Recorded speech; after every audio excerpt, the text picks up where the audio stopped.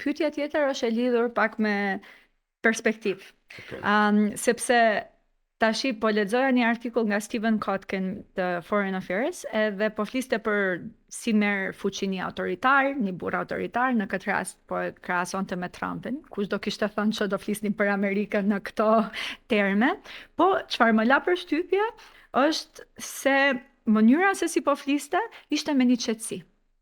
Edhe që nuk e shoh shumë sepse për shembull gjenerata ime tash kur flasim për këto ndryshime, kur s'ka ndodhur një ndryshim kaq i madh, kur s'ka ndodhur një zallamahi, një katrahur e këtij niveli ndonjëherë në botë. Edhe juve keni pasur eksperiencë jetësore të gjatë. I keni ndjekur historitë edhe keni qenë edhe pjesë e historive në këtë aspekt. Kur e shihni çfarë po ndodh tash, a shihni me një shqetësim që kjo është me të vërtet diçka që po ndodh tash edhe se kam parë ndodhi më herët, apo e shihni nga ky aspekti pak më i qetë i një personi që ka parë gjëra edhe thot e kam parë, do kaloj. Si e vlerësoni? A jemi në kohra unprecedented të pajetuara? Janë kohë revolucionare.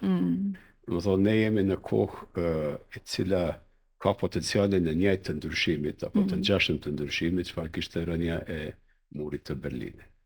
Pra kemi kaluar prej botës unipolare, kur ne e filluam lëvizjen tonë për demokraci, ishte fitoria e botës unipolare, rënja e murit të Berlinit.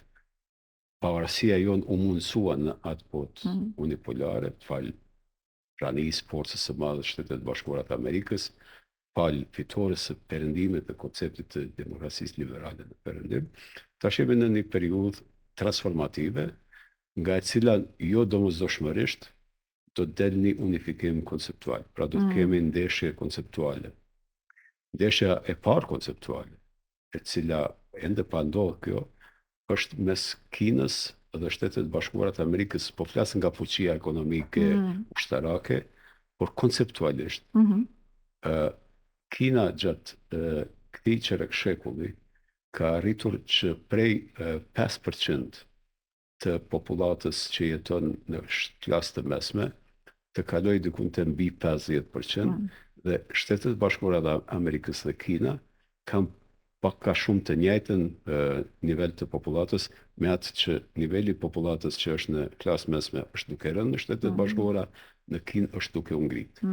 Edhe kjo paraqet problemin konceptual i cili ose ndështimin konceptual i cili ka filluar në fillim të këtij shekulli, ku thuaj ka qenë besimi i presidentit Clinton për shembull, që po u hap Kina, po hyri në tregje dhe prandaj u fut në Organizatën Botërore të Tregtisë, po hyri në tregjen ndërkombëtare, do të demokratizohet, sepse prodhimi ka nevojë për demokratizim.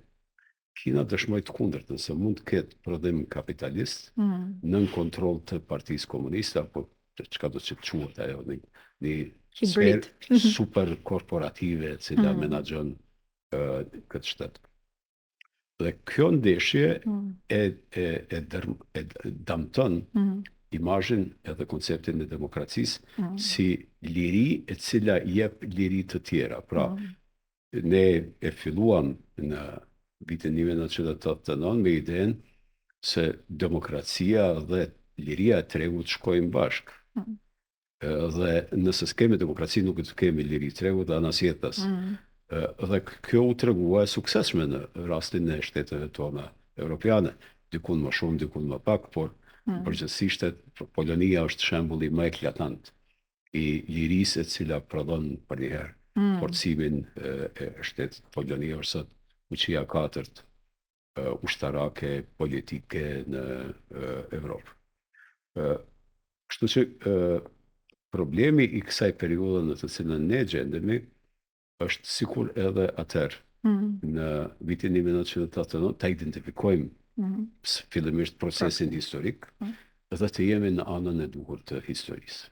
Cila është ana e duhur? Ana e duhur e historisë është ana e cila e ruan, do të thonë, identitetin ton evropian, demokracinë ton funksionale, krijon hapësirë që të jemi në një hapësirë të përbashkët të sigurisë evropiane, që të jemi në një hapësirë të përbashkët të sigurisë në Ballkan Perëndimor, dhe që këtë ta marrim në një kohë relativisht të shpejt, pra që kjo mos të jetë projekt afatgjatë deri te kriza e ardhshme botërore, por të jemi në këtë drejtim. Unë besoj që sfida kryesore e sigurisë për Kosovën është që në fund të këtij procesi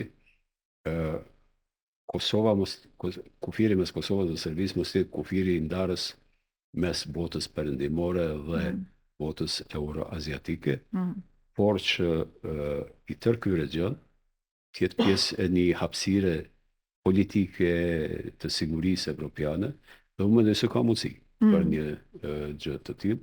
Natyrisht ne kemi një lidhje të veçantë me Shtetet e Bashkuara të Amerikës. Ajo lidhje e veçantë me Shtetet e Bashkuara të Amerikës nuk është ciklike, as nuk është e personalizuar. Ne kemi ndërtuar një relacion i cili nuk lidhet drejt për drejtë me një president, me një parti, do se zhvillimet janë kaq dramatike në botë dhe në Shtetet e Bashkuara të Amerikës që disa prej marrëdhënieve tradicionale do të rikonfigurohen, do të rigjejnë formën e vet. Unë kam besim, duke qenë i vogël, si vend i vogël, ne nuk kemi nevojë për shumë analiza shumë të mëdha, por kemi nevojë për të kuptuar thellësinë e ndryshimit historik.